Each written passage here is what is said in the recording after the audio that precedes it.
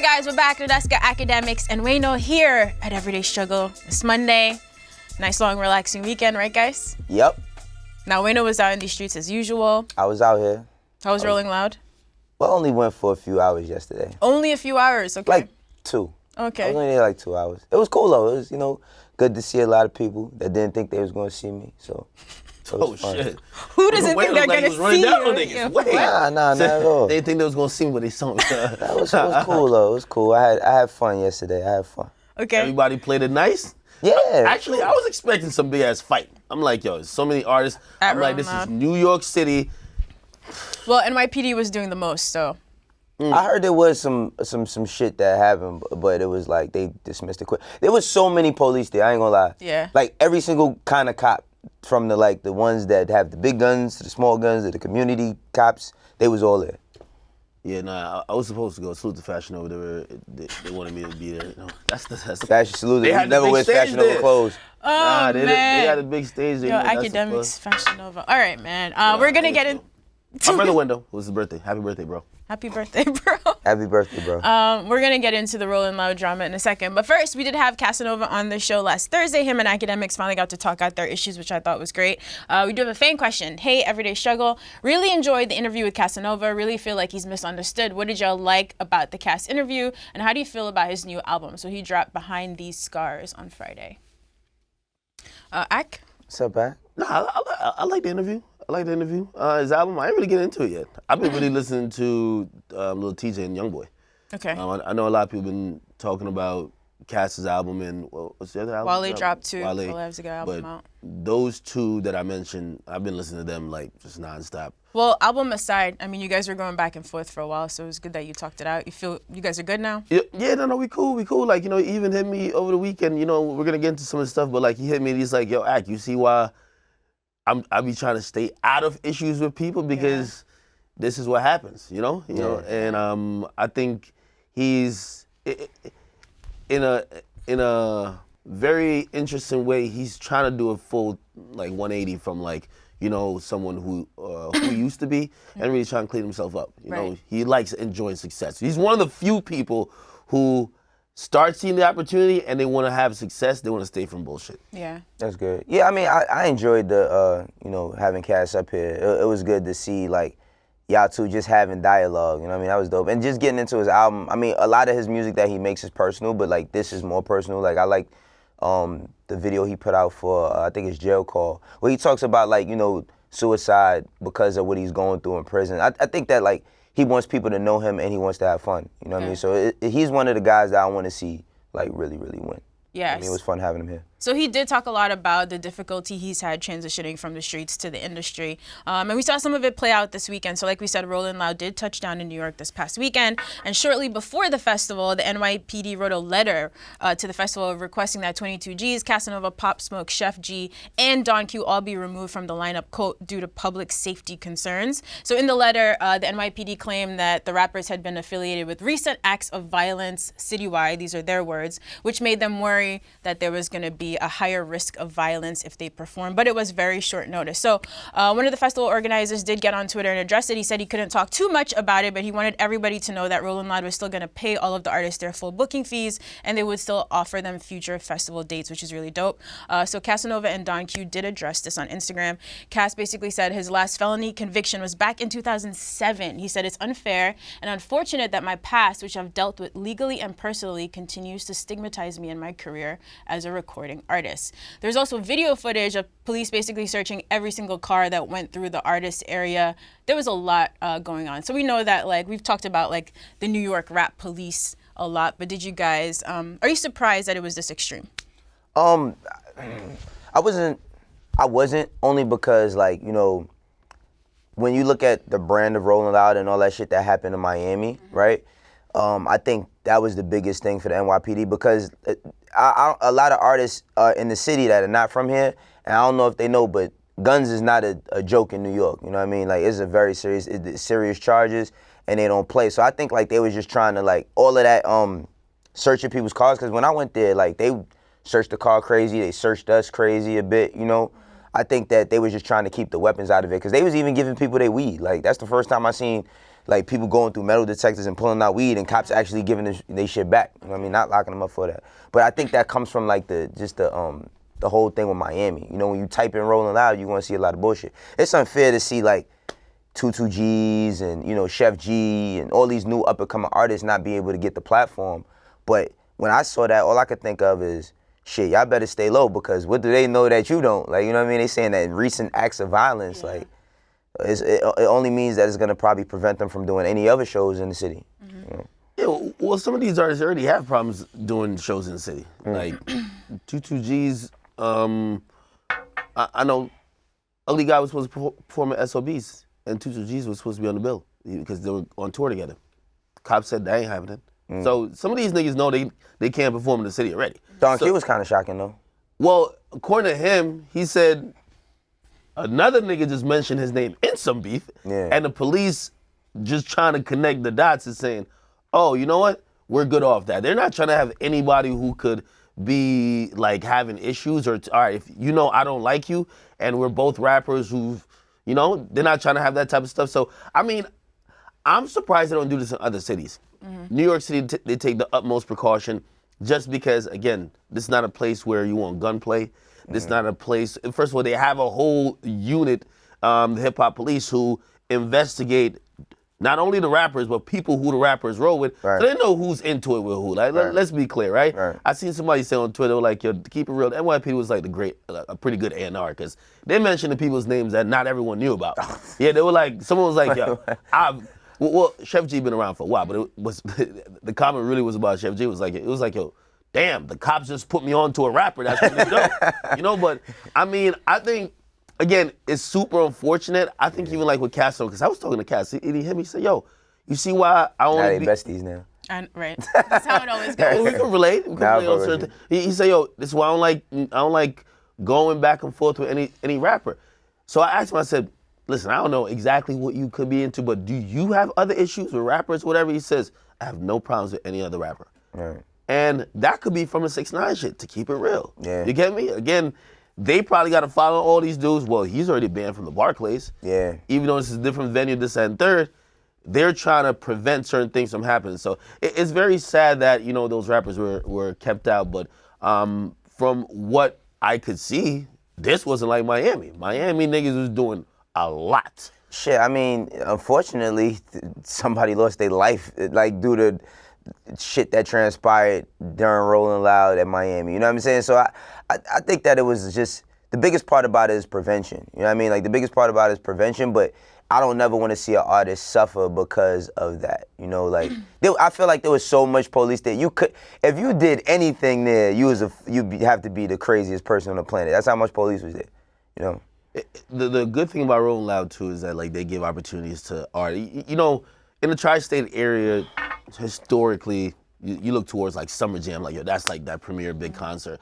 But you're not gonna see a lot of like up and coming artists who, like, you might know them for a couple songs, or they're like new, they might just have a tape out. Like, shit, it was dope to see Shorty hit the stage. You know, like, you're not seeing him at Summer Jam. You feel me? Yeah. So, But that makes it more challenging for the festival, right? Yeah, To move across country. That's how you got to figure out these festivals. How do you get like 90 artists, you know?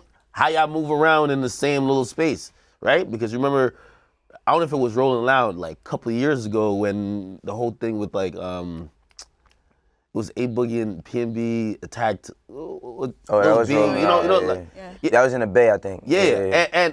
And from what everybody was describing, like there's no like mad separate areas where you don't run into, like, you're gonna run into someone. Oh, yeah, you're gonna run into people. They don't separate. I mean, the thing about them running the festival is not their jobs to like try to find out who's. Most of them don't do that. Like, find out who has problems with each other. So everybody, like, all the trailers is right by each other.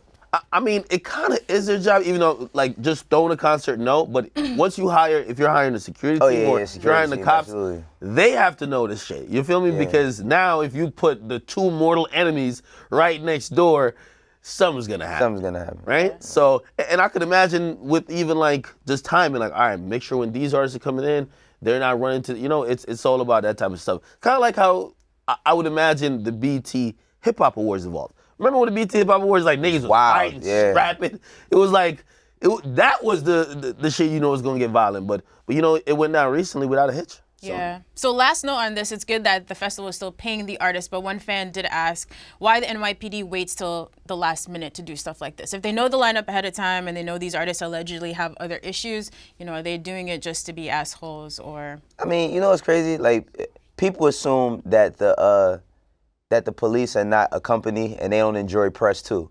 You know what I mean? Like, seriously, like, of course, like, it brings press to the NYPD too. I think that they do it because it's all about timing. So I'm pretty sure, like, they're not gonna, it's gonna be a last minute thing with shit like that. It's a press opportunity for them as well. Yeah, and also, not because you bought your fucking ticket, like, 8 months ago and you couldn't wait for Rolling Loud Queens, right? Doesn't mean the cops is looking at the lineup for 8 months. No, they probably got submitted a final, like, performer list probably a couple days before. They're gonna do their due diligence on figuring out what's what and how they're gonna come up with their plan. And yeah, a letter came out. They're not giving a fuck about who you wanted to go see Casanova. Go to a show. Right. Okay. They're not caring about that. Now it's unfortunate he didn't get to perform though. Right. All right, well, hopefully things aren't this messy in other cities moving forward.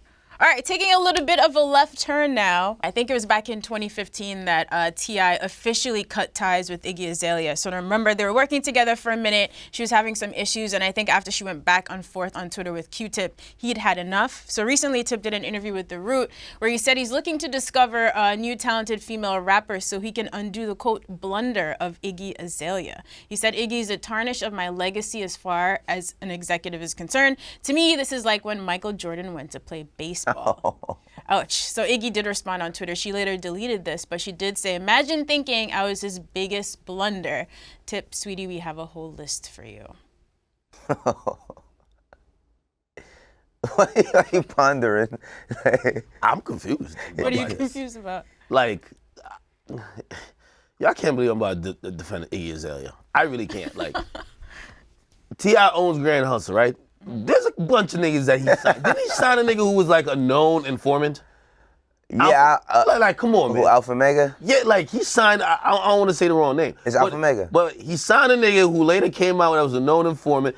I'm just saying, T.I., this can't be your biggest blunder. Like, yo, it's the white girl who wasn't cultural, maybe a culture vulture, but she made you some good money. She had fancy out. She just couldn't like keep it up and she might have been a fraud. That's cool though. That's music. A lot of people just keeping up facades. She didn't last long enough, right? But it made you a couple dollars. There's probably niggas that was on Grand Hustle that you supported their whole career, man. Them niggas ain't had a hit. Other than Dro was there. Dro did good. Pimp Squad Click had some good albums. They had some good albums. They didn't have hit records. Well, I'm just talking about success. When I hear about music executive, but I don't think he's talking about just success. Yeah, he's not. I think it's sort of like the public fallout. The thing it was Eve, right, who responded to her, the Q-Tip thing. People thought it was really disrespectful. I don't was think it the Zulu Nation success. responding to her? It kind of got kind of crazy. Really well, but how is that your fault? The only fault of his is he stood on front lines accompanying her to interview, basically giving the cosign, the cultural cosign to say, if y'all got problems with her, holla at me. That's where we went wrong, bro. Yeah, so don't throw her under the bus. Ain't nobody tell you have to go on. No, listen, on top of it, let's not forget, wait a minute. You leaving out the part that she can't fucking rap. Remember that? There's mad chicks that can't rap. There's mad chicks that can't rap, but he's speaking specifically about what he did. Now, while Iggy did have a big record, I probably would have signed her too. You know what I mean? Knowing Fancy, I don't think he really knew her or who she was as a person. And that's why that shit spiraled out of control. Now, yeah, I mean, is she the worst artist we've ever seen? No. But there's so many things that she did where people like, nigga, you brought her to the fucking party. Like, we didn't, you know what I'm saying? Like, the sad part about it is that because the prototype of what Iggy is, there's 7 other artists popping off right now. Absolutely. That is the exact formula. You know, the only thing that, and she can't help this, is genetics. She's white. Yeah, she's white. That's the only thing wrong. She's white. Absolutely. I'm telling you, but there's mad, like, that's when we were more in the age of thinking that, yo, listen, you got to be able to rap, this and third. Not really thinking that chicks is, like, not chicks, but just certain rappers is a ventriloquist, period. Yeah. You get me? And Iggy was one of them, but we have a bunch now that they doing their thing.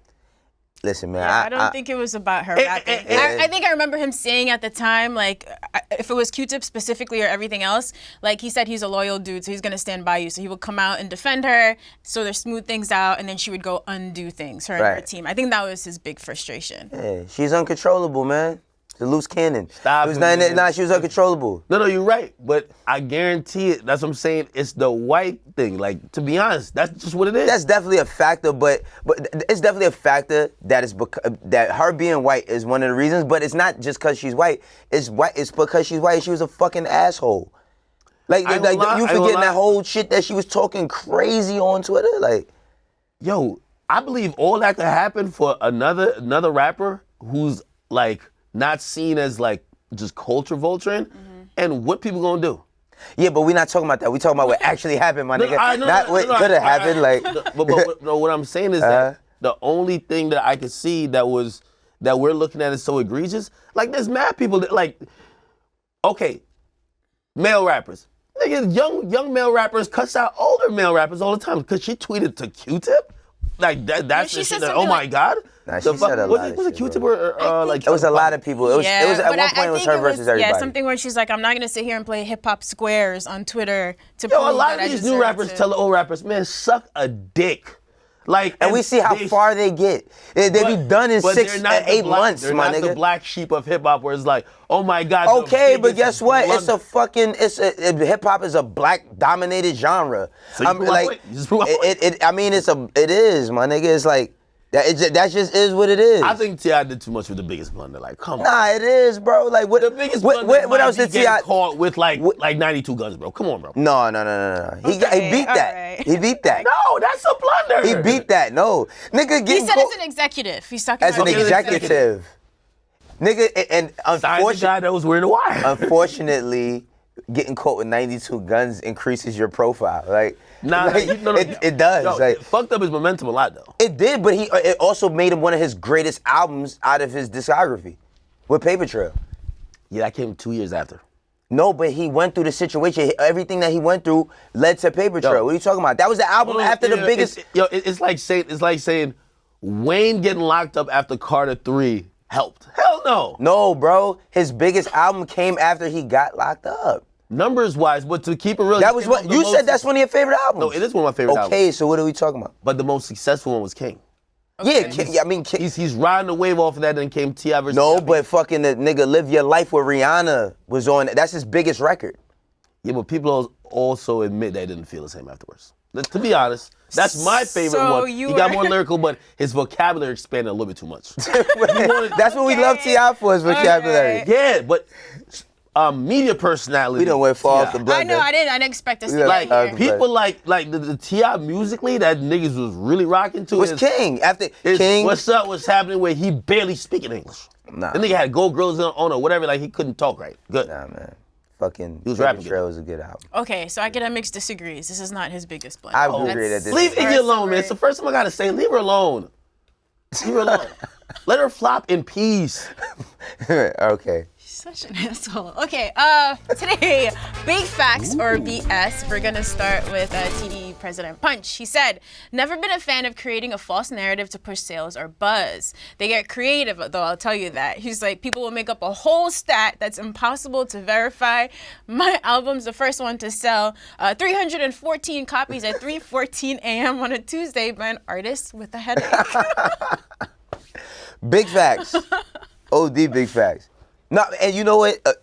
One of the albums that I love this year kind of falls under that category with Tyler's album, with Igor. Because it was like the first album to be composed and written and every single vocal be arranged by the composer that went number one. Fans always got some weird stat, man. No, they always got some new stat. Like, no, for real. I be feeling like the NBA. Like, you ever be watching a game and they come up with some fucking stat, you be like, yeah, what the fuck is this? Like, it's been a lot of that this year. I ain't gonna lie, and I'm probably dead wrong before I say it, so I just want to put that out there. What? If I will clip this, make sure I get the part. I say I think I'm wrong. What? But just a theory. We're on a talking show. I thought he was talking about Summer Walker. I don't know. That's what I thought. Summer Walker? Wow. Yeah. Wow. Axe really in his R&B bag these days. I thought that was the case. You know, How come? by the way, Scissors on TDE, because there was the stats that were it felt like a push I started seeing everybody put it out. Summer Walker is the first highest. R&B, She got the highest streams ever as a female artist. This, that, and it was like a bunch of things. I'm like, oh shit, she's the most successful. So that's what I thought. Which, by the way, I can't wait till I do sales. I don't know if we're doing sales today or tomorrow. Tomorrow. Summer Walker was supposed to be #1, and this whole shit about bundling some fucking K-pop group came and snatched #1 like this. And the streams are like this, but they bundled 60 different things that their fans bought and beat her out. That's crazy. Their name is Super Emma. And by the way, K-pop fans, don't get at me. But Summer Walker does have a really, really good album. She does have a good album, but I saw that too. And I was like, yo, like, 'cause it made me think, like, wait, the most successful? Raj just gave it to me. He said, Summer Walker had the biggest first week streaming numbers for an R&B album by a woman. Like, it's like three subcategories. They'd be like, okay. I guess, right? Like, Okay, you got it, man. Yeah, I guess. Yeah, you got it. I don't know. But again, I don't know if he was talking about that, but it reminded me of that. Even if he's not talking about that, I just don't want it to be, because Summer Walker does have a good album. Like, her album is really good. So it's like, she's very talented. And I just fucking found out that a couple years ago, she owned her own, like, cleaning service. Oh, that's dope. Yeah, she had her own cleaning service where she did, like, commercial, homes, all that shit, to now having, like, the #1 or top record in the country. That's pretty ill. But, like, Punch is definitely right. Like, they always coming up with some new stat for a nigga to go #1. Who does it impress? Media people, fans? No, fans it care about stuff definitely like that? it definitely helps brainwash fans because fans love successful things. Okay. You feel me? You hate to feel like you're out the loop. So when you hear that somebody has a #1 record, you're like, oh shit, I gotta go hear it because like everybody else clearly is fucking with it. But go ahead. And the thing with that too, I just always hate when 20 niggas each week is claiming they have the #1 song. Yeah, Just say you're on the charts, nigga, but you're actually like 89th. But everybody say they have a #1 song, but you know what it is? They're like, oh, we have the rhythmic. #1. Yeah, they'll have some little chart. You're like, I'm #1 on that. Like no one talks about the main chart. So I get it. It's a finesse. Be like, yo, I'm #1 on radio this week, and be like, yo, what market? You're like, in North Dakota. Okay. All right. That's going, okay. I mean, the #1 is the #1, right? If you're not first, you're last. So we're calling big facts on this one? Big facts. Okay. Big facts. I ain't gonna lie. Like even I was watching an interview and I heard Wale say, I got the #1 song in the country. I was like, what the fuck? Yo, by the way, Wale's album is really dope. You gotta check it out. You guys gotta check it out. Absolutely. Congrats to him. This next one is from Polo G. I'm gonna go ahead and ask Wayno if he could perhaps read this one for us. All right, I read this one. It says, new generation gangsters is not gangster niggas. Yo, Wayno, talk like you street, nigga. The fuck? And they shit for the... Oh, okay, it's not gangster niggas. Twitter niggas. Wait, it says niggas in this shit. He didn't say, he said niggas in this shit, he put in is as one word. That's right. Niggas in this shit for the perception and not cause how they feel for real. Wait, now I was expecting a little bit more from you. I'm not gonna lie. These niggas, their grammar is horrible. I'm sorry. The grammar is disgusting. When he tweet that out, put that back out. When was that? October 12th. That was yesterday? It was Saturday? What? He might tweet this response to my tweet. Like I sent out a tweet. I was definitely off the Henny. And mad people were just react. Yo, Oh yeah, you was wildin'. I was not wildin'. I was wildin' this past week. I named a couple of people. I was like, yo, Young Boy and a couple other dudes. I was like, yo, the thing about them is that you could tell they really live what they're rapping. And every other street nigga was like, what? What about us? You know what I mean? and you know what? Some at a point, even this, I'm gonna say big facts with this. I'm not gonna say just all, and I don't know what a new generation gangster is, but fine. But yeah, now rap is part of like what trying to get people to perceive you a certain way. Like if you rapping about tough shit, you want people to perceive you as tough. That's not new though. Niggas been doing that. Yeah, that's what I'm saying. But I think what prompted he's your talking tweet? about Or listen to Young Boy's off music. the Henny. Oh my and I'm God. like, Right. God damn it.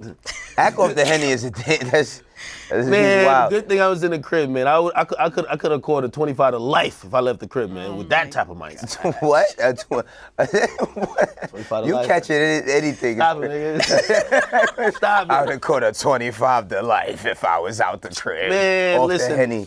Exactly. Y'all never listen to some shit and be Liquid like, yo, courage, nigga. Liquid courage. No, it's not liquid courage. What? When I listen to Chief Keef, I feel like I feel like robbing a bank. I ain't gonna hold you. Go ahead and try. No, of You'll course see how I tough wouldn't. you is. I'm smart enough not to. But look, all right. No, I called. Wait, you said niggas is in this for the perception. still trying to I really don't understand what this means. No, Wait. Okay. Oh. Roger said it might be about another artist. I won't mention his name because I'm not too sure if it is. Yeah, we don't want to start nothing.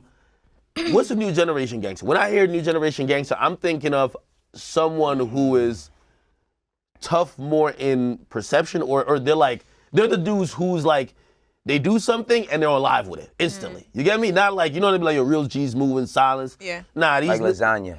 Okay, that's a line. But that's a bar. But these are the guys who they're more online, tweeting tough, Instagramming, Instagram live. And you see a lot of rappers do that now. You get me? I'll be the first. Let me go on record to say this. If you're doing that, you're a pussy. You're not a gangster. I think, to me, new age gangster is like handling your business. Like for real, I don't look at gangster as like this tough guy thing. I think gangsters, like the perception of gangsters is to do something tough, right? That's the perception. The real definition for me, using the word gangster and how my peers use it, is being about your business, being positive, taking care of your family. That's what gangsters do. That like a gangster handle business when it's handed to him. All this getting online, talking, that's not gangster. That's fucking WWE. Okay, let me ask you a question. What? Perfect. WWE fucking E. Okay, the baby's a new generation gangster because he'll knock a nigga out, but he'll film it too. Well, I think that. See, I don't vouch for no niggas gangster. That's one. I don't. Okay. I don't vouch for a niggas gangster. Can we No, add that to I'm the coffee keeping- table book? That's amazing. Nah, I'm keeping. I I'm don't. not stamping no nigga G. Nah, I don't. I don't Man. stamp. I don't stamp no niggas gangster because I'm not. None of these niggas is my superheroes. Like I ain't vouching for none of these niggas to do nothing out here. Wayno. Well, I told you sum it up. I like the way the baby handled himself though, because I said that he not a problem starter. I don't see him start the problems. I always see the problem come to him and I see him finish it. That's what I say. But he does. But all right. So like, and you know what I think again with this new generation gangster thing is, like if you just try to let people know you tough by filming crimes, like I don't know if that's gangster stupid. It's You feel me? stupid. Like, Well, it's a lot of ways to this because, listen, 6ix9ine. yeah, new 6ix9ine. generation. That's not. No, he's not a fucking gangster at all. Gangster want to be gangster. I don't care. But nigga- he was doing shit, and everybody was looking like He was he'll the- film it too. No, man. That nigga was man. What was? I forgot the term. It's a movie. But that nigga was an agent, man. He was an agent. He was filming all this shit to use against people. Like he's an infiltrator. No, hold on. He was an infiltrator. All right, He's all right. Ice-T in New Jack City. He All right. infiltrated the All Carter. right. Here's the thing though. What? There's mad people like. There's like mad other artists even now. Like when Yeah. they do bullshit, they be like really filming it too. So I'm thinking that's what new generation means. But I want to get. I'm not gonna let you get away from this debate thing. Okay. He'll actually handle some shit. But then you're gonna see a picture or video and it's gonna go viral. Oh, we seen it one time. It was the Cam Cole Hart thing. That's the only time. Like, nigga, you acting like the nigga that beats somebody up every day and films it. That was the one time we seen the Cam Cole Hart shit. Did he kill somebody in Walmart? I don't know what a nigga did if he killed somebody.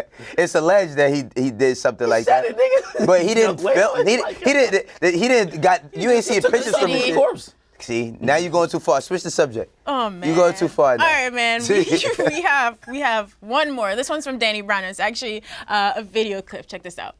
I feel so sorry for a lot of these 20-year-old rappers right now because they're playing a very dangerous game.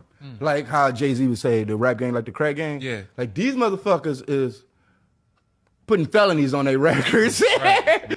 All right, big facts or BS? That's Danny Brown on title. That's BS. That's BS. Only because like it kind of goes back to the conversation we just was having. But like niggas been doing that. Like I don't know where we are at in hip hop where people forget all the shit that we loved and grew up on. When you start looking back, a lot of people got locked up from it, or it led to different indictments, or they was talking about this murder that happened. And it didn't start with Bobby Shmurda, you know what I mean? It didn't start with the drill movement. That shit been going on since the 90s, like putting felonies on records. What the fuck was NWA doing? You know what I'm saying? What was Death Row doing? The niggas was talking about all shit that was happening right then and there. There was no Instagram to amplify it. It was no Tupac couldn't go live after something happened. Pretty sure if after the whole shit in Vegas, Tupac would have went live right after that. like for real in this era. But like that's not a new thing. Like rappers been putting themselves, telling on themselves. That's not no new thing. I think because the rest of his statement was like people are putting felonies on their records for auto-tune music. And I think the misconception that people keep thinking is that because these niggas is singing, that they're not doing the same shit you would imagine some hardcore gangster nigga to be doing. Like you see YNW Melly, he's singing the whole time. He got charged with a double homicide. You know, like I don't think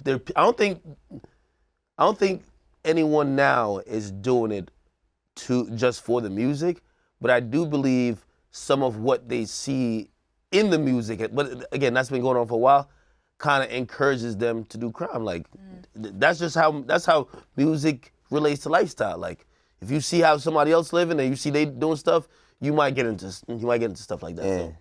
I mean, for auto-tune rap, like people call, like 50 was singing, but G-Unit was one of the most gangster eras we had ever seen. Like, what weren't they doing? You know what I'm saying? Like in front of cameras. It's just, like you said, I think it's because of the type of artist. It's like now, the same artist that does have like pink hair or, you know what I mean, changes his nail color, some shit, is actually out here shooting shit. That's the only confusing thing about it, because this whole gangster persona was perceived a certain way. Now it's like anything. Like you don't, the person that you suspect to be the softest guy might be the toughest guy. I mean, and all for what? Like he said, auto-tune music. I mean, I don't. Yeah, and I think time, you know, it's a new age, man. Like you listen to Thug's music, at first niggas really was thinking, yeah, man, this guy is a pushover. I think people quickly found out that wasn't the case. Thug, who uses auto-tune more than Thug? You feel me? Like, look at how his voice sounds. It doesn't sound aggressive. Yeah. You get me? But you think it's causing more legal issues for artists more than ever, or not really? I mean, TK, that's sort of a special case. YNW Melly is going through it. I think that a lot of these dudes just gotta understand. Like, what I don't understand is like the point about. I don't want to sound crazy saying this, but the point about doing something illegal is to not get caught. That's the whole thing. It's like if you're doing something that you ain't supposed to be doing, you're not supposed to get caught. So it never is not supposed to happen. What I don't understand is doing it, speaking about it, doing a video about it, antagonizing whoever you did it to, and then saying, yo, the police is niggas is snitches. No, you telling on yourself. But that's what I'm saying. That's been going on. You know, I mean, it's just different in this era because of the messenger. It seems like more and more it's gonna like be a thing in court, not just your lyrics, but them pulling up your Instagram videos, all of that kind of stuff. Absolutely. So, yeah, it just makes it more complicated. Leave that shit alone. Like, bro, leave that shit alone. All right, so I guess, are we saying BS on this one? Somewhere in the middle? yeah, I'm saying BS. Yeah, I say BS too. All right, a couple quick hits before we go. So last week, Pitchfork released their 200 best songs of the decade. So this included all genres, not just rap. But they did put Kendrick's All Right, that came out in 2015. He put that at #1 song of the decade. Other songs that we would care about, Beyonce at #4 with Formation, Frank Ocean at #5, Thinking About You, Azalea Banks, #6, 212, and Uzi at #10 with EXO Tour Life. What do you guys think about Kendrick? Best. Wait. Azalea Banks is #6 with a song that came out in 2011. #6. I want to know what's 200 and I want to know what's #2. Bro. Their criteria in Pitchfork usually comes with these left field. Like, if you know anything about their outlet, the way how they look at rap music, you can't decipher a pattern. Like, for example, they do album ratings, and the albums that you won't believe would get a good rating, they give a very high 8-point-something rating. They said Finally Rich is like the greatest album of all time or some shit, didn't they? Yeah, well, I mean, I think it was either them or The Fair that put a gun in Jeep. So Avicii song is at 200, you wouldn't know it, and #2 is Grimes, Oblivion. Yeah, I just want to know how the fuck Azalea Banks got #6. And actually, I don't think this one's a bad song. I just think It's not a bad song. It's a single type record. I'm surprised that even EXO Tour Life was top 10. Like because there's other songs in here that aren't singles and they're just cuts, but they're like, you know, those are one of the better songs by that artist. Like, to see a couple singles populate the top 10. Chief Keef is #13. I don't like. Don't like is not over fucking 212. All right, man. Whatever. It's their list. It's their fucking list. All right. You know what? Speaking about lists that are sometimes No, I'm not going to use the word ridiculous. I think these the top 50 rapper lists are kind of absurd because you don't know who's making them and they're hurting people's feelings for no reason. ScHoolboy Q thinks they're ridiculous as well. So he got on Twitter to clown all of these in a series of tweets basically saying, like, come on, imagine having a 48th favorite rapper. Y'all are some fucking weirdos. It's interesting for him to say that because I feel like he would be on a bunch of people's lists. And also, the only niggas who really have like top 50 lists are like the super hip hop heads who are into rappers like ScHoolboy Q. So him shitting on it, it's kind of like usually when you see someone's top 50, it's more about respect and credibility that's entered. Sometimes a lot of the popular dudes, they might not make it just because if you could go up to 50 people, you're probably throwing in, let me throw Absol in there. Oh man, you know what? Shit, man, Tech Nine got it. Like, these are people you won't normally hear in conversation about mainstream music. Yeah. So I think the list matters for them because it highlights dope, talented people. But to see him shit on it, it's either he probably was looking at a couple people listening and be like, wait, I'm not on y'all shit? Fuck y'all. Or he really thinks it's corny, which, again, I think people... Again, some lists are credible. I just think that we put too much weight on some of the random ones, that's all. He shit on Complex. Complex makes the most lists. He says if you have a 48th anything... No, but I'm not gonna lie. I can't even get the 10 favorite rappers. Like, I'm not gonna lie, but I can definitely say who's not top 10. But I can't get to 10. Like, I can't get past 5 for real. Like, my 5, I can't get past 5. Like, I would not be able to come up with like a 50 list. But I can look at somebody that's in 38th and be like, how the fuck is he here? Like, he should be up way higher. You know what I mean? So I do agree. It's like more of a respect thing for the person that wouldn't get the recognition. But I get what he's just saying, like, y'all niggas is really putting that much time and effort into something like this. And I mean, I would imagine that ScHoolboy Q cares about his craft. You like to see, like, if we do for basketball, do the niggas who make lists for basketball, do they need to go outside and, I think he continued to say, y'all need to go get some pussy or something like that. Do they need to go or they're just really ranking, like, people love hip hop. But you know I mean, but see, the thing with the people who rank, damn, I don't know. I think that, like, sports journalists are just more respected than hip hop journalists in that field, like, to a certain extent. I mean, most of these lists are being made by fans. I really think these lists are good overall, the concept of it, because we're finally seeing intergenerational rankings. Yeah. Like, there's people on a lot of these lists that don't rap no more. You get me? And how do you match them up with someone that does? Yeah. So I think that's why it's dope, you know? And also, like, for that name recognition, they might put somebody on that list you don't know nothing about. You might go check out their music. So I don't think that's a bad thing. I do think people have their slick ways of kind of throwing shade at something that either they're not ranked high at or, I don't know, that doesn't benefit them that much. So just to confirm, do you have a 48th favorite rapper? A 48, well, first of all, if I'm talking about favorite, yeah, I really don't care about more than 10 of these rappers, and Drake probably holds 8 of those spots. So let's just be very clear. Bro. Drake, add Uzi, and probably like 2 other more niggas, but yeah. I don't care about that many rappers. Like, most of these niggas, About their music? What happened to YNW Melly? I thought he was your favorite rapper. Oh, Melly's in there. He's definitely top 10. How? Nigga, you said Drake, Uzi. No, Uzi not twice. Uzi and Melly? Uzi and Melly. So, and I got 5 more for 15, but yeah. Nah. But in reality, like, these lists aren't favorite, right? So it's not like my It's just ranking. Yeah, it's like best. Like, I could rank skill, which is like somewhat objectively out of what I feel in terms of like who I like. You know what I mean? Like, do you really like, you don't like 48 rappers? Do I like right now? Do I like 48 rappers? In his lifetime? No, 48 rappers rapping right now. Hell no. Fuck no. But I could think of see, that's the thing. I can't get past, that's a lot to do. I can't do that. Like, I wouldn't be able to sit and really, like, I would have to have people help me, like, do that, because I can't figure that. Because these niggas, like, the hardest thing is coming up with the names. If you had a pool of names and you just start, you start with the top 10, all of a sudden you get to, because I seen T.I. and I think he has a podcast, they were doing it, and it's easy once you start doing it. Like, for example, they were doing a debate of Nicki versus Lil Kim. Yeah. And it was for a particular spot. Like, it's it sounds like mad difficult until you actually start doing it. Okay. Because you realize that the 36th person, you're not debating them with the 35 before, right?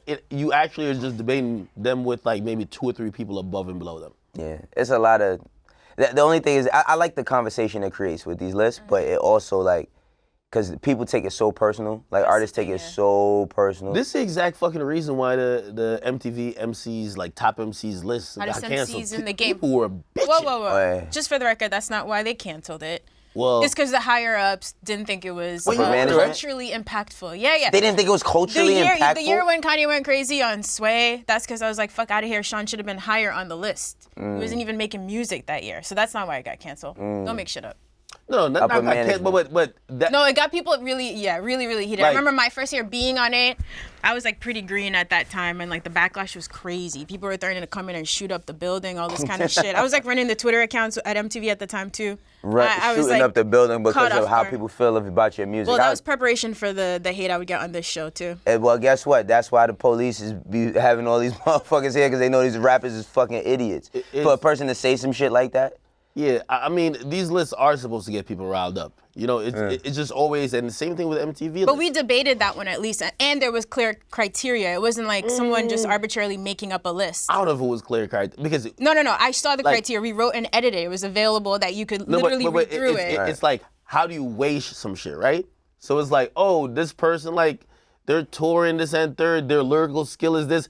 Are we, what weighs more to y'all? And I think for everybody, that is different. Like, some people might just care about bars over success. That's the thing, academics. Usually when we debate it, it's completely arbitrary. At least there we outlined it, and then you would go through the arguments. There were like video clips where we would debate and explain how things were weighed out. There was more clarity to it. It's kind of why we did the Everyday Struggle Award, so you can know at least what the argument is.